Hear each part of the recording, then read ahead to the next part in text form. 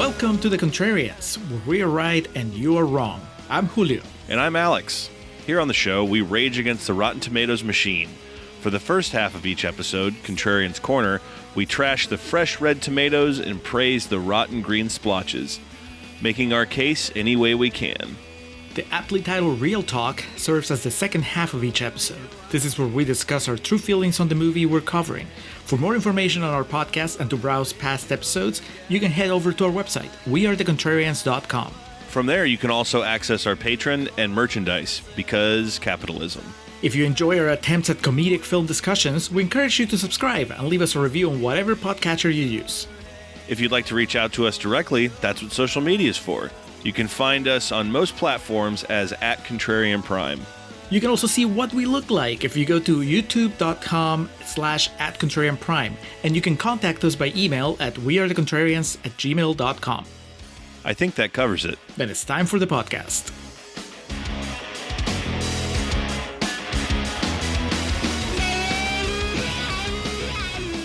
And we are recording for Contrarians Corner for Big Daddy. Hello. Welcome to the Contrarians, where we're right and you're wrong. Julio, is this the finale? It is the finale, the big finale of the Summer of the Bangers, which... I would categorically say we're ending on a whimper more than a bang.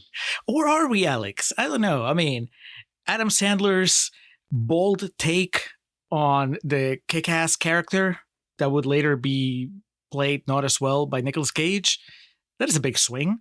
That is something worth celebrating. That took me a minute. And also, you know, if we want to just jump into it right away, a very interesting critique on the child fostering system the United States has to offer and social services at large. Yes. Also a critique on the way that most people raise children in Austin, I think. This is fair. That's valid. But it is, once again, Dennis Dugan returning to the Contrarians. No, I thought he directed Mr. Deeds. So I am wrong. He didn't? No. He has directed pretty much all the other notorious Sandler movies, including I Now Pronounce You Chuck and Larry, Don't Mess with the Zohan, Grown Ups, Just Go With It, Jack and Jill, Grown Ups 2. He also directed Happy Gilmore, Beverly Hills Ninja, which led into our movie of the day, Big Daddy. He directed Saving Silverman, which is a well-known guilty pleasure of mine. But yes, Big Daddy is the film we are here to discuss. From the summer of 1999, June 25th to be specific. For some reason, this movie had a budget of $35 million. Have you seen the cast? You have to assume a lot of that was location, because all of this is filmed like in New York City proper. No green screen bullshit. This is all happening right there. It's worth it, though. As the Adam Sandler greater than signed film critics phenomenon, it made $235 million. So, but that was par for the course, right? At that time. Oh, let me see.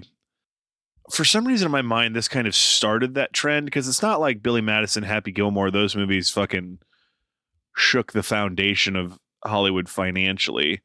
Yeah, there might have been a streak here. Wedding Singer made $120 million, and The Waterboy made almost $200 million. So you're right. The streak was already at this point. He was the Undertaker at like WrestleMania 12. He already had the streak a little bit underneath him. But this one, I think, kind of took it to a different level, which is funny because the next movie he made after this, he made Little Nicky, which I think was the setback, right? In that movie, that movie bombed, and so he had to go and make something serious with Paul Thomas Anderson.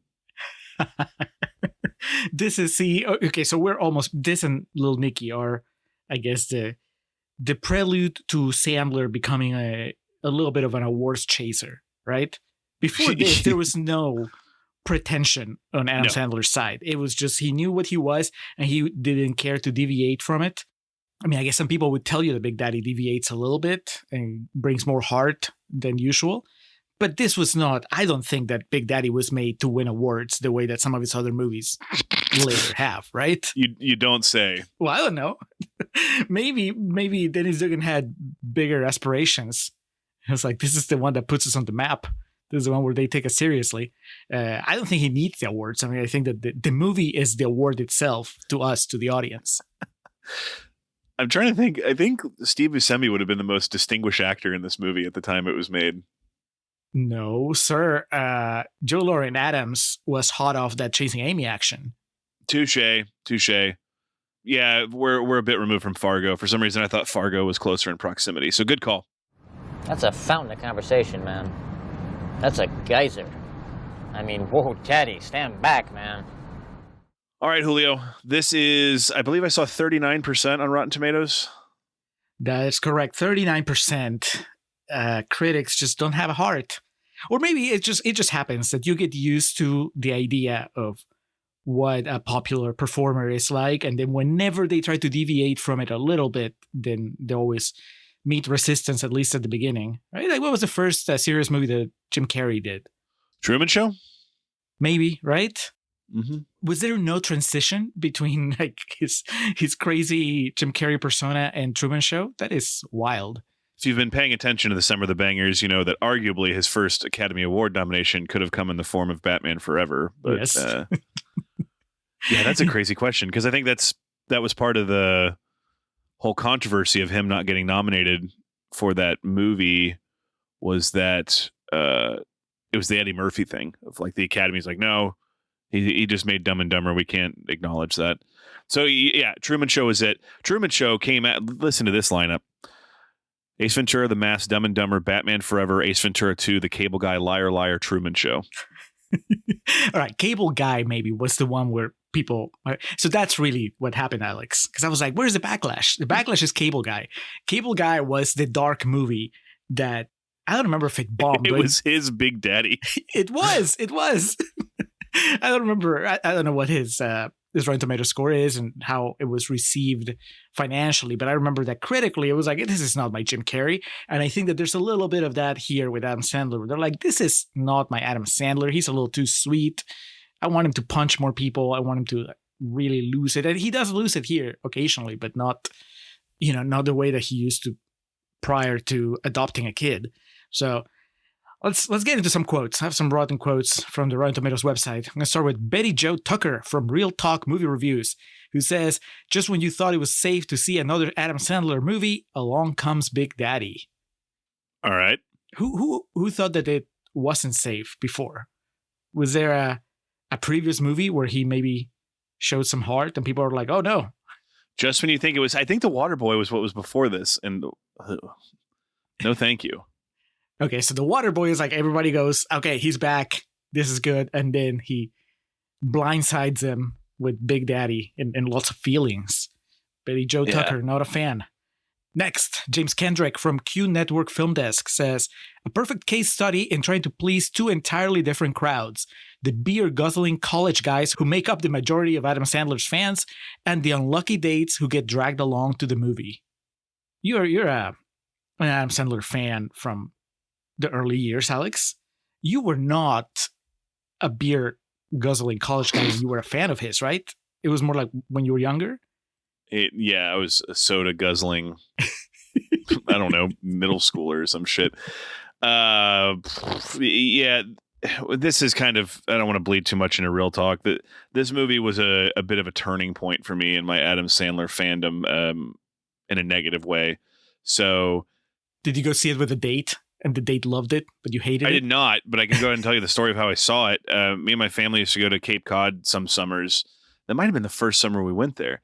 And the family we stayed with lived in like they had a mobile home. They kept in a park there that we would stay at when we went there. And next to it was a drive-in movie theater. And we one of the parents would park their car on the end of the street, because we could just tune in the radio to listen to it. So we'd sit on the roof of the car and watch the movie, not paying for it. And Big Daddy is one of the movies I remember that we went down and watched.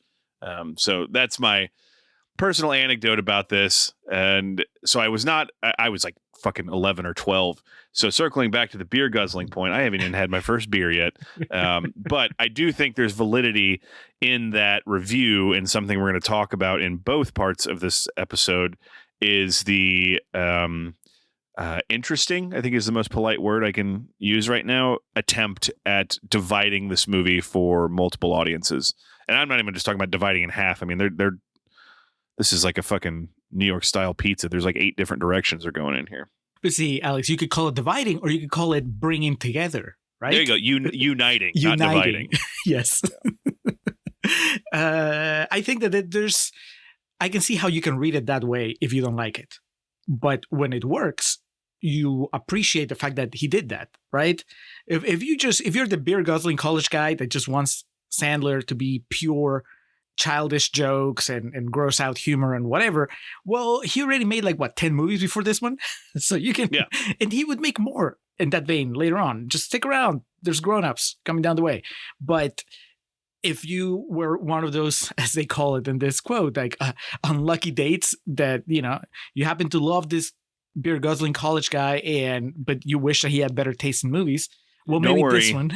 They went and found the cutest kid possible, and they make him pronounce words all weird, like a little kid, not weird, but like a little kid would, like R's or W's and shit like that. And so it had been decades since I had seen this movie, and at least a decade, I guess I should say. I forgot how much they're trying to make the women in the audience go, "Aw," with everything that fucking Julian does. I think that you're discriminating. I don't think that there was just women going, "Aw." I think that there were plenty of men. I didn't say there weren't any men, women, children of all ages doing that. I'm telling you what the movie's trying to do. That's right. That's why they build up Joy Lauren Adams as the what would you call it? The vessel. The women, all the women in the audience could just project into her. You know what? Forget your career. It's about the kid. I'm going to work as hard as I can to get to my job and then quit because this guy I met 2 weeks ago told me to. Although, wait, I don't even know if it's 2 weeks. Time is not relative in this movie. There's things this movie could have taken place over the course of a year for all we know.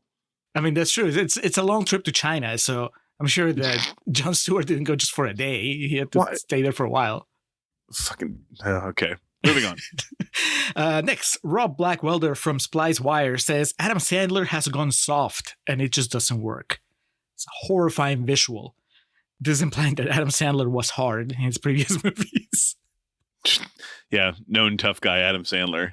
I mean, he's got a tough and punch strong glove. He was, if he did indeed go soft in this movie, he bounced back in a few years. Yeah. And let's not even get into his collaboration with the Safdies. What did I tell you? That's it. I'm just thinking of yelling at Philip Seymour Hoffman now. We're going to close with, who else? The man, the myth, the legend, Roger Ebert from the Chicago Sun-Times, who says Big Daddy should be reported to the Child Welfare Office. Awesome. Did you happen to read Ebert's review? Because I had to click on this quote after reading that. I was like, how much did he like it or not? No. What did he say? So it's one of those instances where Roger Ebert, we love him, but sometimes he completely, I think intentionally misses the point of the movie.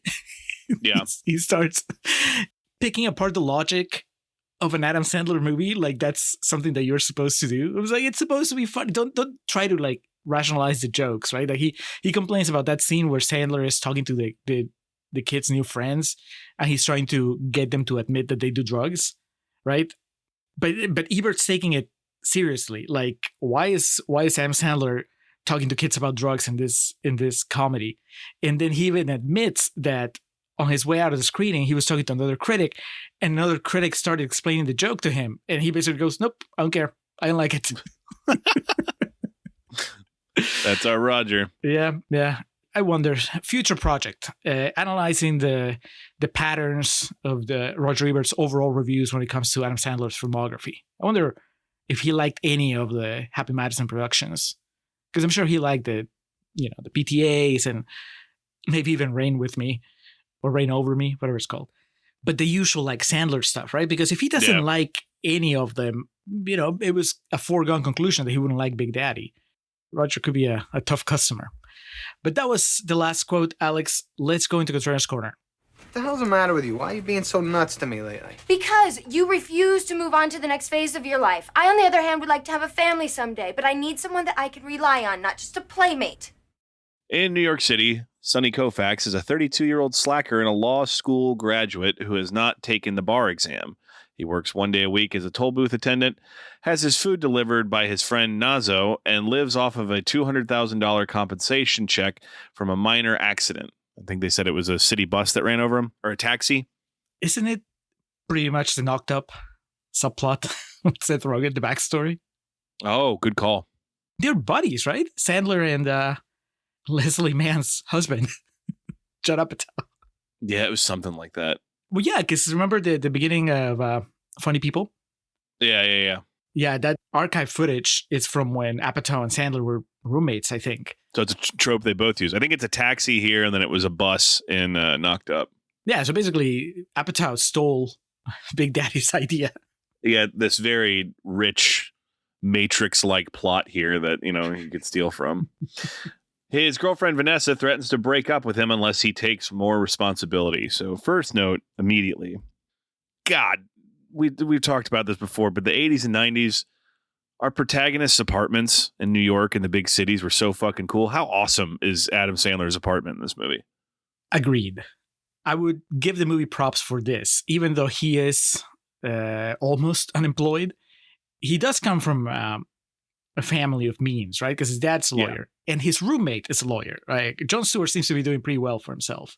So I think that it's not one of those instances where you scratch your head and you're like, how does he afford this? I think that between Jon Stewart and his law, the settlement that Sandler got for his foot, and then whatever he gets from his dad, I didn't have a problem with that. I was just happy to buy into the amazing wonderland that is Adam Sandler's. It's not an apartment. What is it? A loft? What would you call this? Yeah, you'd be right. It's a loft, or it's like the big apartment. He just has like a floor to himself at this place. Yeah, and the way that you enter is in one of those sliding doors. Mm-hmm. Just it's a studio. like a fortress. Yeah. And of course, returning to the Contrarians in all of her hot glory once more, Kristy Swanson here playing Vanessa, his soon-to-be ex-girlfriend. Disgraced MAGA head, Kristy Swanson. I was thinking as the movie unfolded and more people in the cast coming in and out, I was like, what an awkward set if they were as openly political back then as they are now, right? Because you have on one corner, you have Rob Schneider and Kristy Swanson, and then on the other side of the room, you have Jon Stewart. I did not remember his roommate was Jon Stewart. I remembered it was somebody, but I didn't remember it was fucking, someone that I would vote for to be president in 2025. Sonny's roommate, Kevin Garrity, they have a going away party for him hosted by his girlfriend, who's a podiatrist, Corinne, who's played by Leslie Mann here, a young Leslie Mann. God bless. Leslie Mann before she devoted her career to starring in movies made by her husband. Correct. He's going to propose to her before he leaves to go to China to work on a case for his law firm. She accepts. She vehemently dislikes Sonny because he constantly teases her about her former job at Hooters to put herself through podiatry school. I think we've had this discussion here before.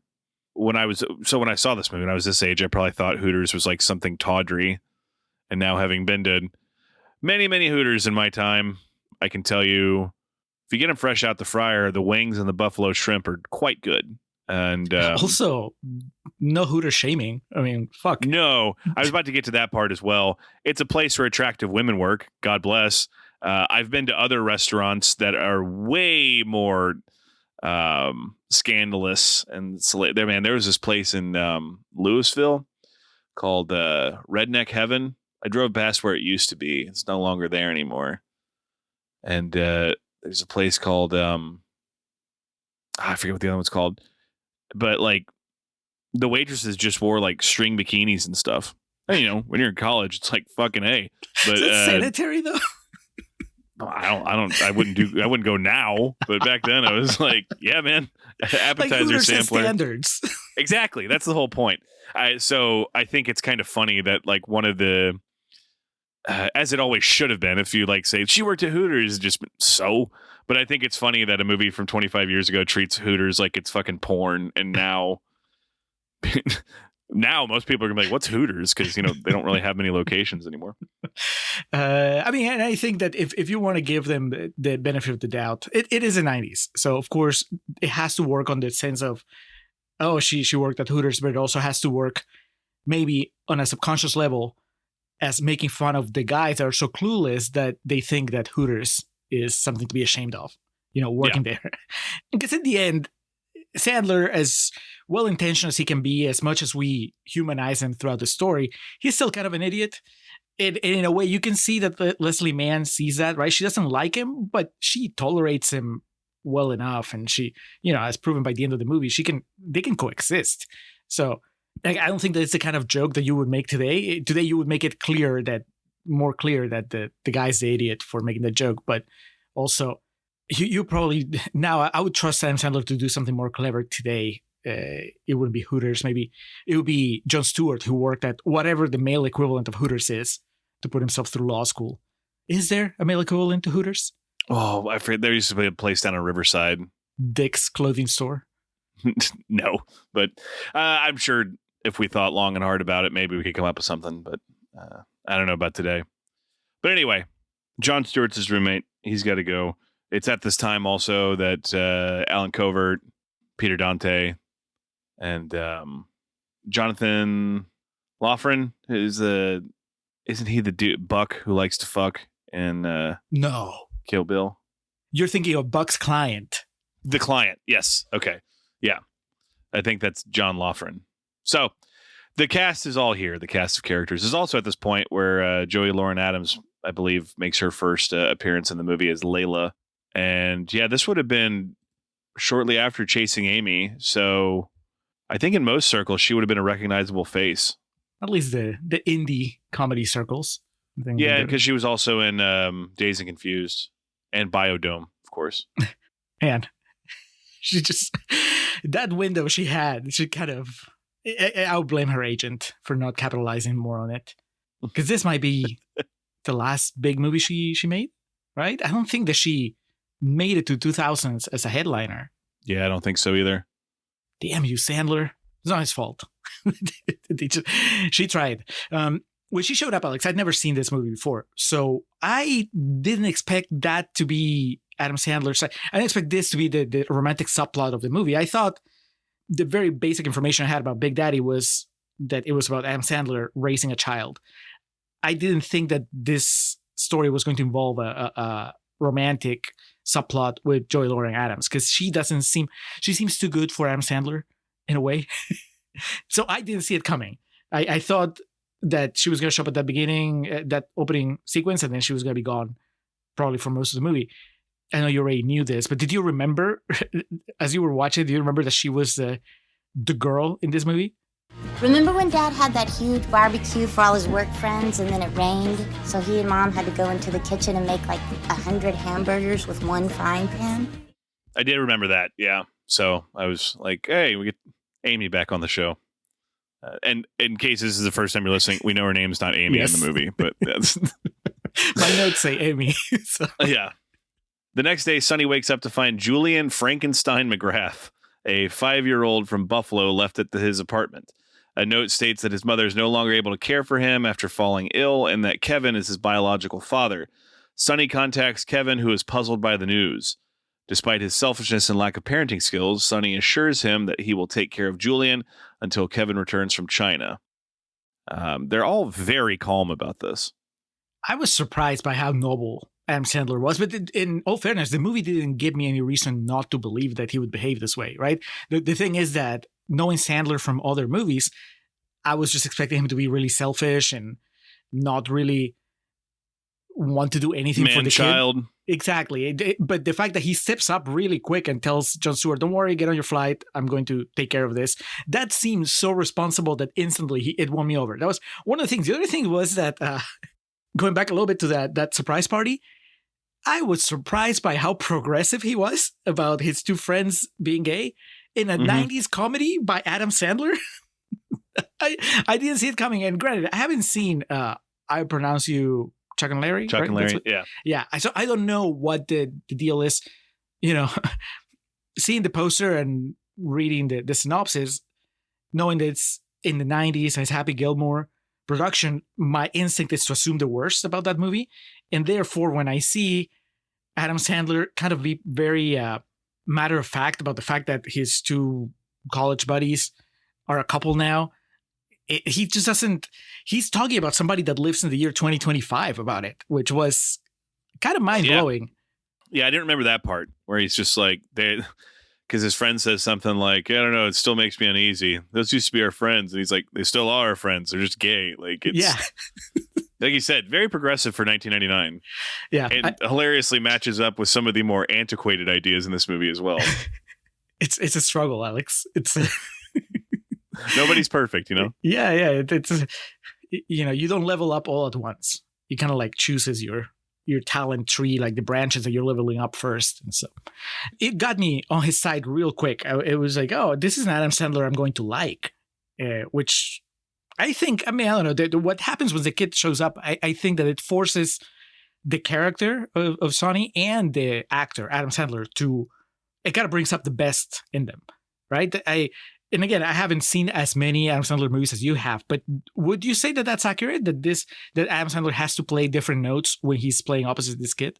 Oh, definitely. Yeah, especially compared to things like, Billy Madison, Happy Gilmore, and obviously the Water Boy. The whole gimmick of the Water Boy was he from Alabama, Florida, something like that? Kind of bumbling idiot. Even Wedding Singer, as much as I love that movie, he's still very Adam Sandler, but now he's in the 80s. And here, he's playing off of a kid. He tries to win Vanessa back, introducing her to Julian. However, Sonny discovers that she's now dating Sid, whom, despite being much older than her, she reveres as a more motivated and intelligent man with a 5-year plan. And this is obviously where Adam Sandler gets to comment on how old the man is and his old balls and all that good stuff. Missed opportunity not casting Henry Winkler in this role, since they already worked together in The Waterboy.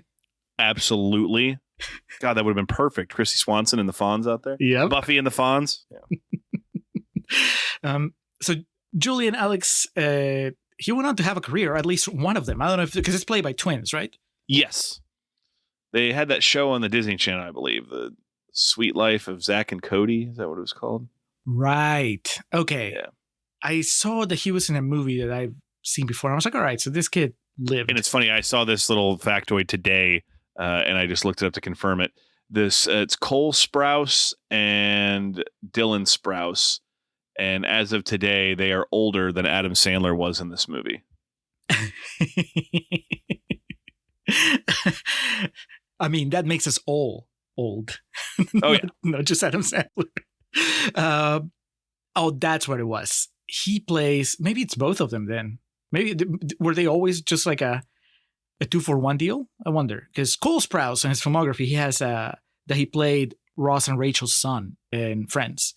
That sounds right. Yeah. Yeah. So it's probably the two kids. Anyway, there was a future after Big Daddy. Adam Sandler got him started. This kid, man, it was tough for child actors in the 90s, like the competition, right? That same year, 99, that's Anakin Skywalker, right? Jake Lloyd. Jake Lloyd is over there. Just I thought you were going to go to the obvious. Sixth Sense was 1999. I was getting there. I was building up to Haley Joel Osment. Before that, I was going to take us a couple of years back to Jonathan Lipnicki. I mean, he was still kind of like buzzing around. Like those auditions for kids this age must have been wild. Can you imagine like all of them in the same room, just trying to get the next precocious kid role? Cast and directors must have been going nuts. Cooper Hoffman and Licorice Pizza, yes. Just trying to look younger. That was Lipnicki. He was already past his prime. That's that SNL skit where they try to make him look younger, so they just they give him bigger glasses and a bigger juice box to make him look younger. Here, speaking of glasses, that's one of the sweetest things in the movie because it keeps coming back, and every time it comes back, it's like, oh, the glasses that Sandler gives, sunglasses he gives the kid. Yes, it's like the cloak of invisibility. It's what's going to make him feel stronger. Yeah, and he sells it every time the kid puts the glasses on, and Sandler pretends that he can't see him. It's really funny. I think they have great chemistry. I mean, I guess that's the movie's secret weapon, or rather, the one thing that they had to get right. If he, for some reason, got a kid that just didn't vibe the right way with his Adam Sandler persona, then this would be so fucking cringe because they spend at least half the movie doing like kid stuff. And that's, one of the reasons why I never want to have kids is because I don't want to do the things that Adam Sandler does in this movie with the kid. But watching them, if they're both entertaining, I can sit through that. I can find it enjoyable.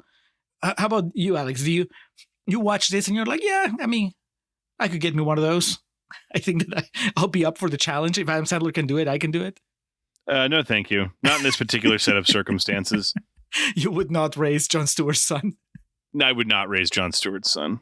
And there are a couple like montages though of we see them together doing childish things, and then we get the big montage where he's like, "You're gonna be able to do whatever you want," and so he dresses crazy, and they pee on the side of buildings, and I mean that's the iconic poster / VHS cover of this movie is them peeing on the side of a building together. And I mean that was like a burned into my brain from video stores and magazines and all that shit movie poster. Is the Criterion cover just the wall with the pee with no Sandler or kid? Oh, that's good. That is very good. The Criterion would be a bag from whatever Rob Schneider's restaurant is, like the like the to-go bag. Yeah, with the disc. No. We're missing the obvious here. The Criterion cover is just Scuba Steve. Yes. It's like a fucking mosaic of Adam Sandler is dressed up as Scuba Steve. So, Mr. Asswiper, what's this guy's name? Scuba Steve. I like his flippers. Does he ever take them off? Scuba Steve, by the way, for those who haven't seen it, is the would-be G.I. Joe, the famous tough guy toy that Julian holds dear. I have a Scuba Steve story, Julio, so just be sure to remind me about that in real talk. Okay. Yeah. I didn't even know it was a real toy. It's kind of a takeoff of this movie. So, and real quick, we have to call out Dennis Dugan and the Happy Madison gang here. Do give a shout out to Joel Schumacher and his masterpiece Falling Down, where Adam Sandler has a meltdown in a McDonald's demanding that they serve him breakfast. It's this is where we meet Steve Buscemi in the movie. He's a bum that kind of becomes a friend of them for some reason. He tries to get Julian to McDonald's by 11 to get breakfast. They get there. They say we stop serving at 10:30, and Adam Sandler's like, since when? And on their way out, Steve Buscemi's like, did you give me an Egg McMuffin? He's like, they stopped serving at 10:30. And in classic Steve Buscemi livery, he's just like, I thought it was 11. And that's one of the genuine laughs I had in this movie. So Buscemi it's like a regular, right, of Happy Madison Productions. He is. And I made the comment that this was like he would have been the celebrated actor, but he was in Wedding Singer, so he had already established his loyalty to the brand. But this is a man that has worked with like the Coens, Scorsese. I mean, big Michael names. Bay. Yeah. In that same decade. I guess what I'm saying is, unlike Rob Schneider, Buscemi doesn't need Adam Sandler to give him acting roles, right? He's doing it for love of the game in this case. Oh, and duh, he was in Billy Madison. He's the crazy guy that shoots Bradley Whitford at the end. Sounds amazing. Have you never seen Billy Madison? No. Oh, okay. Yeah, you kind of have to see it now to see Steve Buscemi's very small role in that. But yeah, what a 90s that that young man had. Telling his Adam Sandler stories on the set of Fargo. All right. Becoming frustrated with parenting after a few days, Sonny poses as Kevin and takes Julian to his social worker, Arthur Brooks, who is the principal in Billy Madison, also the revolting blob. Tells him that Julian should return to his mother. However, Brooks informs Sonny that Julian's mother has died of cancer and offers to place Julian in a foster home. Unwilling to allow Julian to be placed in a foster home, Sonny agrees to keep Julian until a family can be found to adopt him. And during this time, with what documentation? I don't know. He just decides to enroll him in public school. Don't really know how he pulls that off, but good for him. It was the 90s, so it was a little less restricted. You just needed a handshake, because that's how he fixes it with the guy from what is it? Social services, right? Yeah, they just handshake on it for like, all right, I trust you. That's typically how it goes. Yeah, when the life of a child is at stake. In the movie's defense, the guy pretty much tells him that they shouldn't be doing this, right? So it's not that the movie doesn't grasp how the institution works. It's just that the social worker is kind of a shitty social worker. Surprised that that guy's not the one that's on trial by the end of the movie. He should be. He should be the one that got arrested. Right? Lose his job at least. After this, Sonny rants about it in a phone call to his father, Lenny, who is shocked and infuriated with him for trying to raise a child due to his irresponsibility. Sonny decides to raise Julian his own way. They develop a strong bond, and Julian helps Sonny find a new girlfriend in Corinne's sister and lawyer, Layla. Brooks finds a family for Julian and leaves a message for Sonny, but becomes concerned when he does not respond. During this like bonding friendship here, they're hanging out with Rob Schneider, and he says he's going to teach him a sleeper hold like Chief Jay Strongbow. I do have to give it up to Adam Sandler. I have heard people ask him about wrestling in the past because, I mean, you don't have to look far. There's a lot of wrestling tie-ins in his movies. His previous film to this, Waterboy, I mean, fucking The Big Show, Paul White is in it. And he would go on to, you know, have Steve Austin and Grown Ups. And as far as his fandom goes, though, I have heard him talk ball before, and he's not a guy that he doesn't know what's going on today. He doesn't keep up with wrestling. He probably hasn't since the days of Chief Jay Strongbow. But I've heard him talk about wrestling, and he knows ball of like 70s New York wrestling. Like, I'm sure he got the MSG network. And so, much like with Bruce Springsteen and Adam Sandler's films, you'll often find homages or references to wrestlers of the past. And Chief Jay Strongbow, as made up as that name sounds, he definitely was one. I cannot tell you if I've ever seen a Jay Strongbow match, so I don't know if the sleeper hold was his finish, but the technique he uses here is very reminiscent of a wrestler who had been very popular at the time named Taz. It was more of a Taz mission, the Kata Hajime. And it, you know, it works here because it puts Schneider down for the count. Does he do a good job selling it? He does. I mean, he goes out and he stays out. The fact that we keep cutting back throughout this montage to Schneider still passed out behind the couch. Yeah, it's great. And like occasionally Sandler kind of like looks back over to see if he's woken up yet. And I do need to call out here, did not remember this because again, I haven't seen this movie in forever. Without question, the biggest roar I emitted during this entire movie is when Sonny returns home and his answering machine message is Jump by Van Halen, but instead of Jump, it's him going, leave a message. And said, yeah, might as well leave a message. I laughed so fucking hard at that.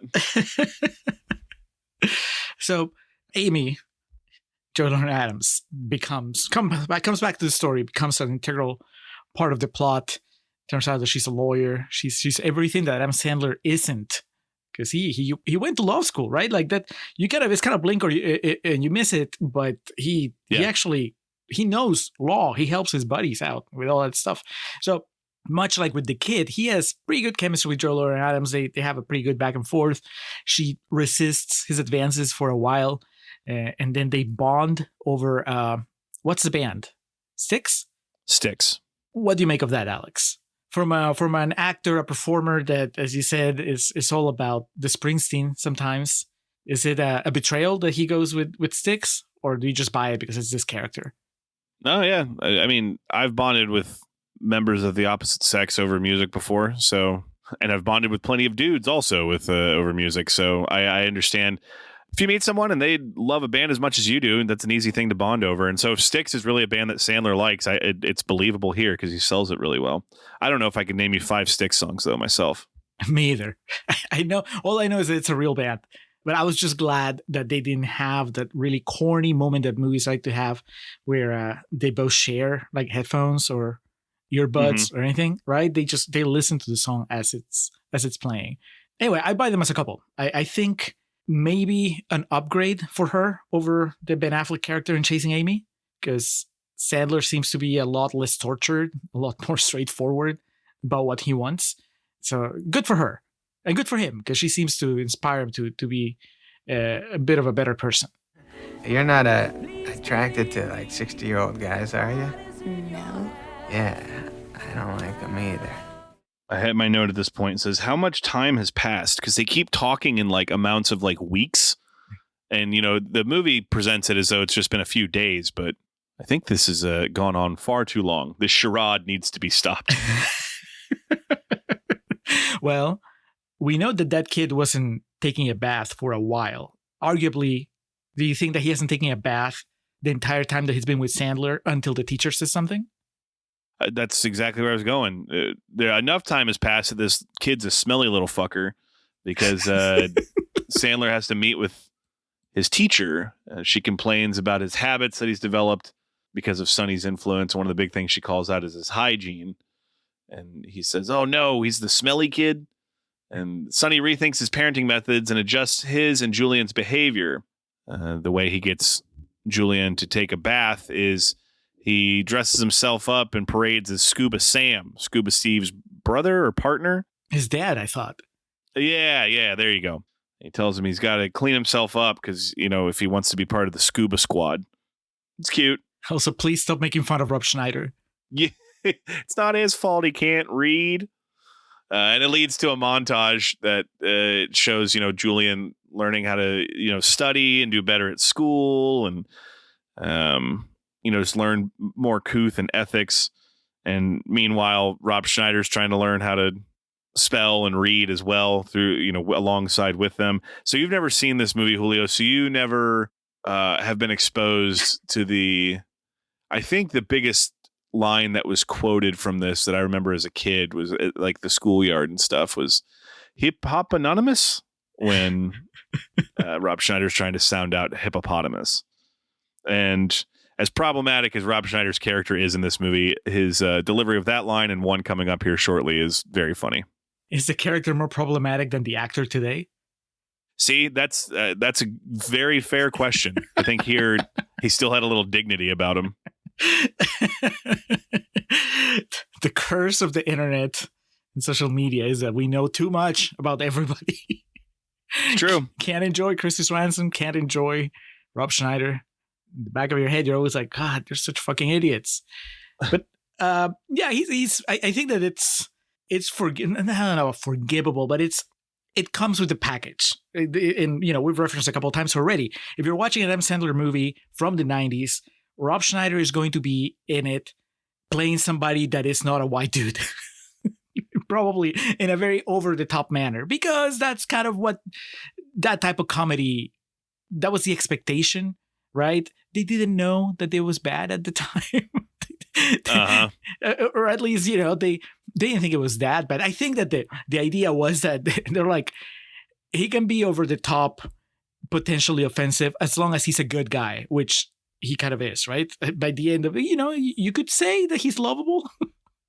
He has good intentions. He shows up at the party at the end. So if Rob Schneider did it in a movie today, and I think that he would just based on his beliefs, but if a movie studio allowed Rob Schneider to do this today, we would have a bigger problem. But here you have the 90s filter. So you can't just cancel him yet. You just kind of have to shake your finger at him and go like, not anymore. Never forget. But yes, I mean, do not forget, but also, let's see what else you can do with your talent, Mr. Schneider. We saw you in Demolition Man. We saw you in Judge Dredd. You can play white dudes and be funny.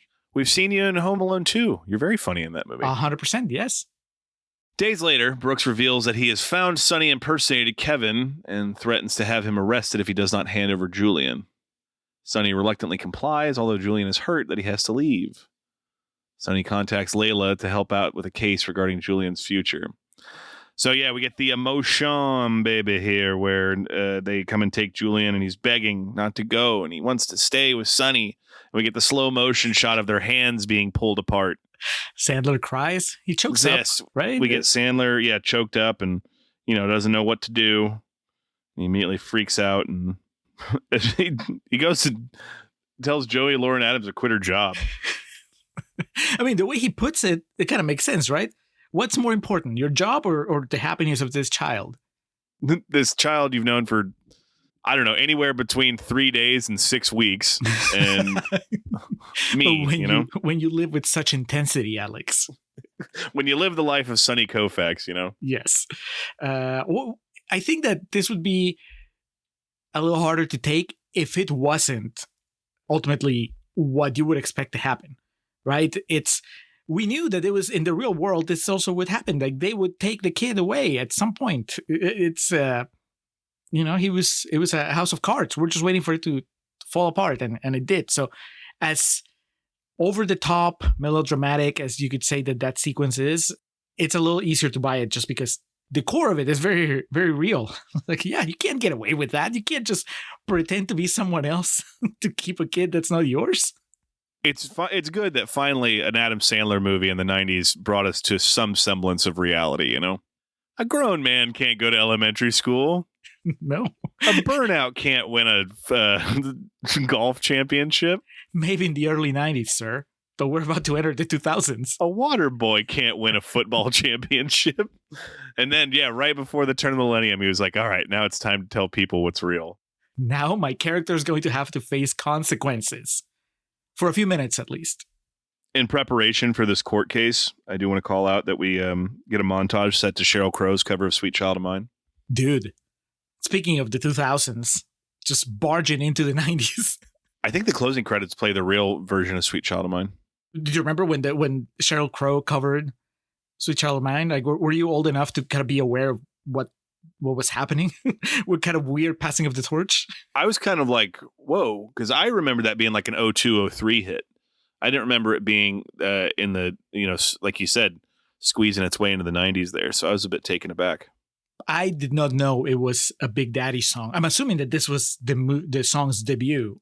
Or am I wrong? Was it not? Was it not a Big Daddy original? That I don't know. Because it's a movie about a kid, sweet child of mine. Surprised Sandler didn't do the cover. Yeah, let me see if I can find this real quick. Sorry, that just hit me. She's got a child that it seems to me. Oh yeah, son of a bitch. It was for the Big Daddy soundtrack. I'm looking at the single cover right now, and it says music from the motion picture Big Daddy. From and inspired by. Correct. Thank you. Look at all the moving pieces to get this to happen. What a fucking great single. The B-sides on her, If It Makes You Happy, A Change Would Do You Good, and Leaving Las Vegas. This is just like the fucking... That's the Chili's triple dipper of Sheryl Crow singles right there, man. Okay, but still... Axl Rose has to have been part of this transaction at some point, right? Do you think he just signs off the rights, not knowing that they're going to be in an Adam Sandler movie? Or do you know that that's the reason he allows Sheryl Crow to cover it? Well, even so, he still got paid for the real version of it that they play in the credits, too. And man, 99, Axl would have been a fucking recluse. Well, that's crazy. He didn't know what he was signing. He was like Howard Hawks. At the end of The Aviator, they're just like sliding him contracts under the doors. Yeah, his fingernails are fucking 14 inches long. Yeah. It says here, Sheryl Crow performed the song live at Woodstock 99. I'm going to track that down. Crazy. Like I said, Adam Sandler jumps in the middle of the performance. Wow.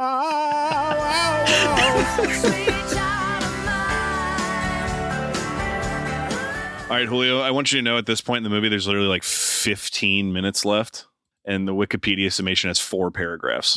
Well, that's because what they pack into these 15 minutes. We just did A Time to Kill on the Patreon channel, which is a legit 2.5 hour courtroom drama, right? And all the emotion, all the like plot twists and everything from that movie, like they're squeezed in a way in the last 15 minutes of Big Daddy. It becomes a courtroom drama, which I was not expecting.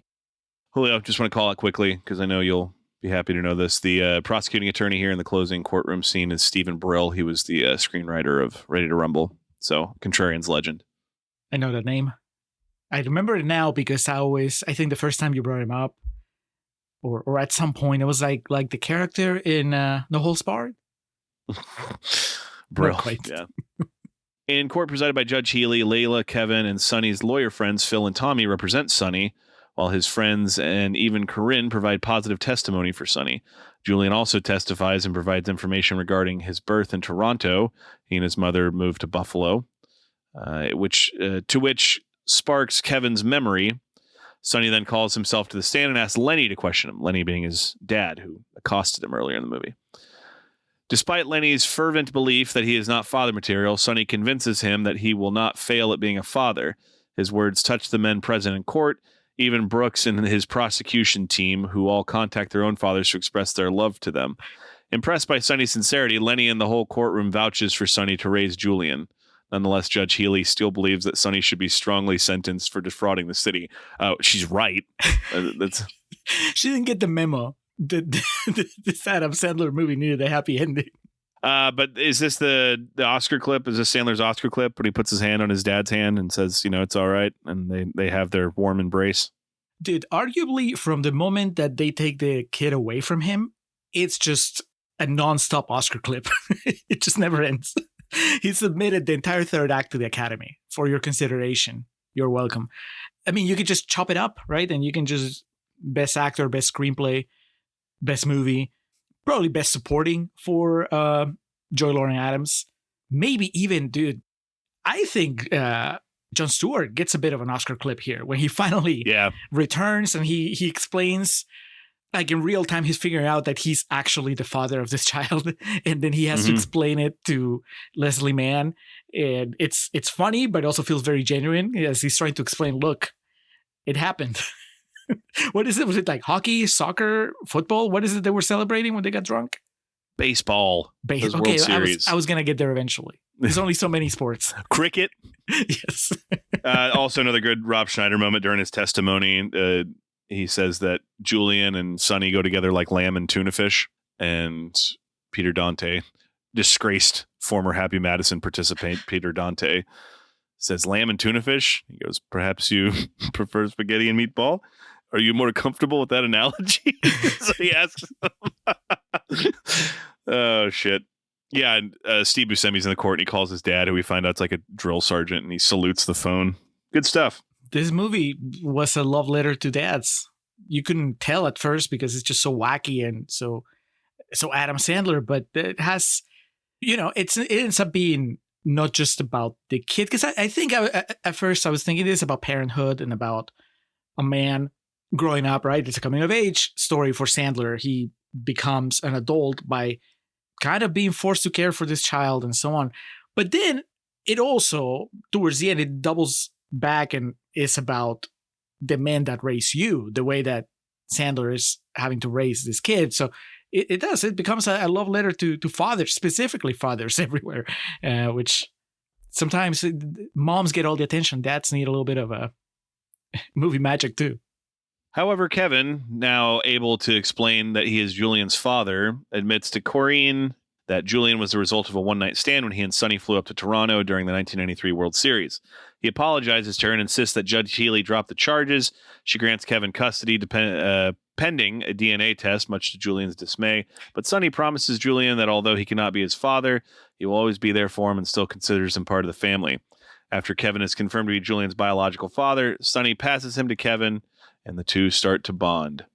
Sonny still maintains contact with Julian through Kevin, often meeting up with him for activities such as basketball. 1 year later, Sonny has completely turned his life around. He is a successful lawyer, married to Layla, thus making him Julian's uncle, and they now have a child of their own.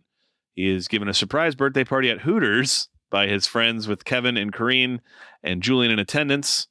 Sonny is then surprised to see Vanessa working there as a waitress with Sid working as a cook, revealing that his 5-year plan did not go as expected. And then Growing Up by Bruce Springsteen plays, and we go to the credits. So speaking of Joy Lauren Adams leveling up, upgrading from Ben Affleck to Adam Sandler, this kid, he upgrades from Adam Sandler to Jon Stewart. And I like Sandler. But much more optimistic about his future. Yes. And Jon Stewart is not like he's not funny. I mean, he's not as he doesn't overdo it the way the Sandler does, but he plays around with the kid. He bangs his head on the bench. He knows how to be a cool dad, a fun dad. The bigger question, though, for me, Alex, is not about the future of any of these characters. It's more about who wrote the biggest check, McDonald's or Hooters? Because they both have their establishments as big parts of the plot. Yeah, but Hooters is being like constantly referenced throughout the entire movie. So this has to be like there was some sort of deal. They paid, $500,000 and you have to mention it at least 13 times in the movie. And then you have to close the movie. Because to that original review you read about the beer guzzling college kids, it worked. You think of how many bros that went and saw this movie together and then like, let's go get some Hooters afterwards. I heard Christy Swanson is in the kitchen. I would go to that Hooters. Adam Sandler grows a heart. He does. It grew 3 sizes that day. But that was Big Daddy, a movie that Paul Thomas Anderson considers to be one of his favorites. He was not sold on Sandler until he saw him raise a child for either 2 weeks or 2 months, somewhere in between. Julio, I texted you while watching this. I think it's no mystery how I feel about this. And I'm curious to see how you feel about it. I didn't realize that you had never seen it before. So I think it should make for an interesting real talk. Are you ready to move on over now that the court's let out? Yes. What does it say? Court adjourned? Whatever it is. My gavel is coming down on my desk. Let's go. Dismissed. Yes, dismissed.